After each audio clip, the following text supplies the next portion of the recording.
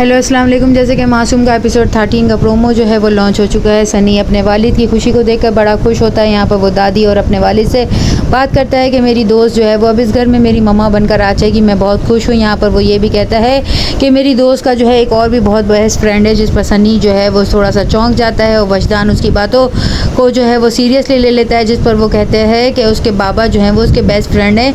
जिस पर वो लोग गहरा सांस लेते हैं और उसे कहते हैं जाओ जाकर तैयार होने लगो, हमें जो है वो मम्मा को लेने के लिए भी जाना है। वजदान की वालदा ने जो है वो नीलो के लिए बहुत अच्छा सा जोड़ा और बरी जो है वो मुंतखब की होती है और वो नीलो के घर भिजवा चुकी होती हैं। यहाँ पर रज्जो जो है वो दिलशाद के नंबर देने के लिए जो है वो आती है नीलो के पास और उसके कहने पर जो है वो बाहर के गेट की चाबी जो है वो दराज में से ढूंढ रही होती है। जब जो है नीलो की माँ आकर कहती है आप यहाँ पर क्या कर रही हैं, जिस पर वो कहती है मैं तो नीलो का सूट देख रही थी, इसके ससुराल वालों ने बड़ा अच्छा सूट दिया है। जिस पर वो कहती है कि हाँ अल्लाह का शुक्र है, बहुत अच्छी बरी भी दी है। जिस पर वो कहती है आंटी आप मुझे चाय नहीं पिलाएंगी, चाय पीने का बड़ा दिल कर रहा है।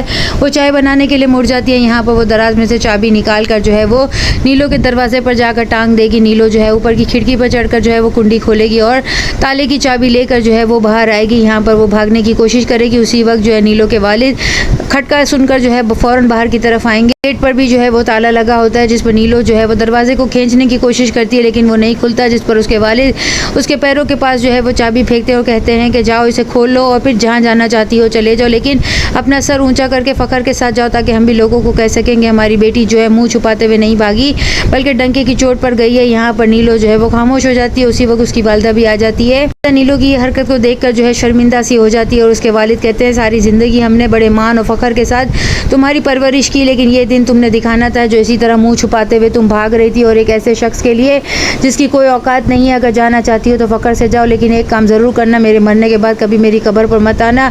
ये बात सुनकर नीलो गेट को कुंडी लगा देती है और दोबारा अपने रूम में आ जाती है और बिस्तर पर पड़े रो रही होती है। जब उसकी वालदा उसके लिए जो है शादी का सूट लेकर आती है वो तैयार तो हो जाती है, लेकिन जब उसके वालिद और वालदा उसकी तारीफ़ करते हुए उसके कमरे में से दुआएं देने आते हैं तो वो कहती है कि लोग कहते हैं कि माँ बाप जो है वो अपने बच्चों के लिए बहुत कुछ करते हैं, लेकिन बाज़ औक़ात जो है माँ बाप अपने बच्चों से बहुत बड़ी कुर्बानी भी लेते हैं। उनकी खुशी के बदले में वो उनसे जो ऐसी कुर्बानी ले लेते हैं जिसका जो है जीने का कोई वजूद नहीं रहता। आज के बाद जो है मैं आपके लिए ज़िंदा नहीं रही, मर गई हूँ और आज के बाद आप मुझसे कोई ताल्लुक़ रखने की भी बात मत कीजिएगा, ना ही मुझसे कभी कुछ और मांगिएगा और मेरे सर पर रुखसती के वक्त हाथ भी मत रखिएगा। वालिद जो है वो गम बर्दाश्ता हो जाते हैं। निकाह के वक्त जो है वो खामोशी के साथ निकाह कर लेती है।